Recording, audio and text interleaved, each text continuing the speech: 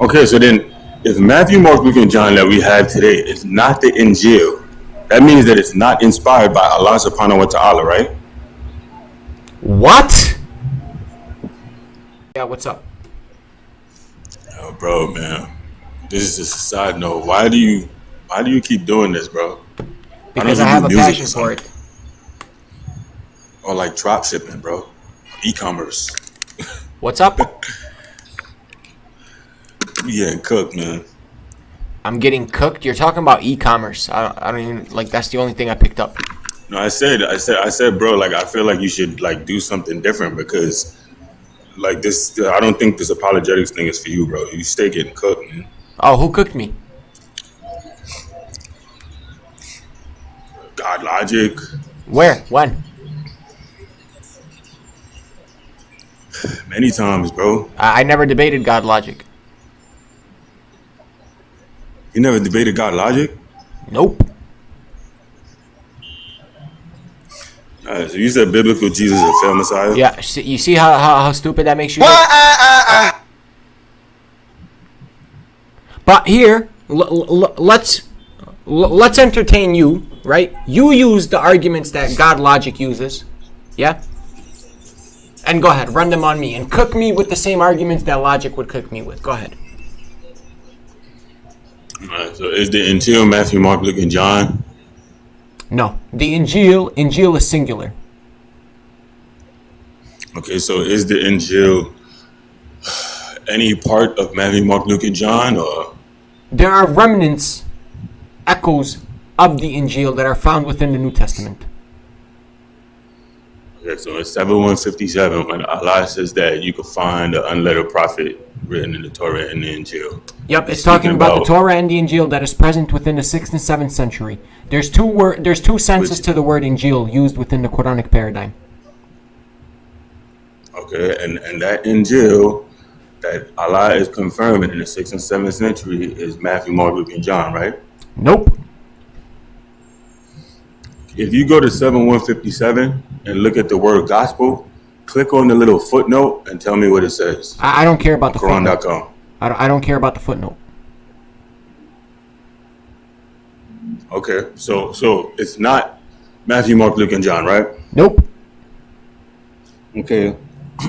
But you just said that there's remnants of truth in Matthew, Mark, Luke, and John, right? Yep. And you believe that Muhammad is in John 14 or 16? Doesn't matter. Off topic. How is that not? You talking about the Injil? No, I'm not. I'm talking about the New Testament. The New Testament and the Injil are not the same thing. Try again. I understand. So do you believe that Muhammad is in John 14? Yes, I believe that he is prophesied in John 14, 15, and 16. Okay, bro. So then that means that Allah subhanahu wa ta'ala is speaking about John, right? That we have today. And how did you draw that conclusion, sir? You just said Muhammad is in John 14, bro. He's also in Matthew 21. Okay, so then you proving my point then. So Matthew, Mark, Luke, and John is the Injil that Allah is confirming in 7157. Are you slow? Did you not hear what I said? I said the New Testament has echoes, remnants of the Injil within it. The verse that you're referencing in the Quran is talking about the 6th and 7th century Injil that the Jews and the Christians had at that time. So yes, you could still find remnants of truth within Matthew, Mark, Luke, and John, but that doesn't constitute that it is the Injil. Okay, so then if Matthew, Mark, Luke, and John that we have today is not the Injil, that means that it's not inspired by Allah subhanahu wa ta'ala, right? What? Bro, you just said that Matthew, Mark, Luke, and John is not the Injil, right? Yes. Okay, which means that it's not inspired by Allah. Matthew, Mark, Luke, and John, no, it's not inspired by Allah. No. Okay, so then why are you saying that Muhammad is in John 14? I'll repeat again for the 5th time. You still find remnants. Clean the wax out of your ears. You still find remnants and echoes of the Injil within Matthew, Mark, Luke, and John. That doesn't constitute that it is the Injil itself. Okay, brother, I heard you out. Okay. Now the Now remnants Steele made my position. and Steele echoes. made I my understand what position. you're saying.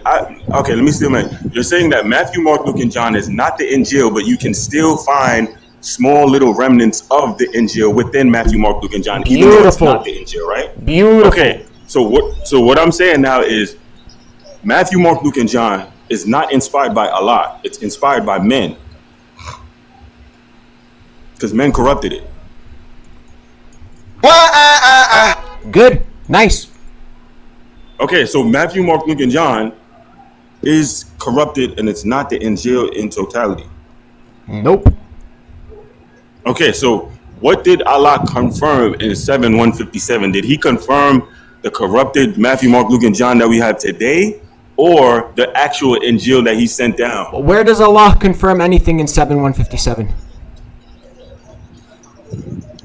So in 7:157, when Allah says you can find the unlettered prophet, No. Where does Allah written, confirm anything in 7:157? it says Maktubin, which is with them. With who? Bro, you're Wait. I answered this earlier. With who? Which that is with The who? Jews and the Christians. The Jews and the Christians. Of what time? Of what time? 6th, 7th century. Thank you. Thank you very Exactly. much. So So Allah is not confirming the New Testament of the 6th and 7th century. That's the whole point. That proves my point. That proves my point, CentralDawah. You're saying that Matthew, Mark, Luke, and John is not what the Christians had in the 6th and 7th century. What we have today is corrupted. So why would you, and the footnote, which you're scared to read, on 7:157, I don't base my religion off footnotes. Okay, well, somebody from the Dawah camp put that in there. That definitely wasn't a Christian, and they referenced back to John. So, but I'm it was referencing nice back speaking to you, bro. John. You got cooked. I'm done, bro. referencing back to John. You just got cooked, bro. And he left. The argument is null. I agree with you. It's talking about the 6th and 7th century Injil that the Jews and the Christians had within their hands during the time of the Prophet. I agree with you that there are still remnants of truth within it. That doesn't make it the Injil. I agree with you that the Prophet is still mentioned even in the corrupted quote-unquote Injil or New Testament.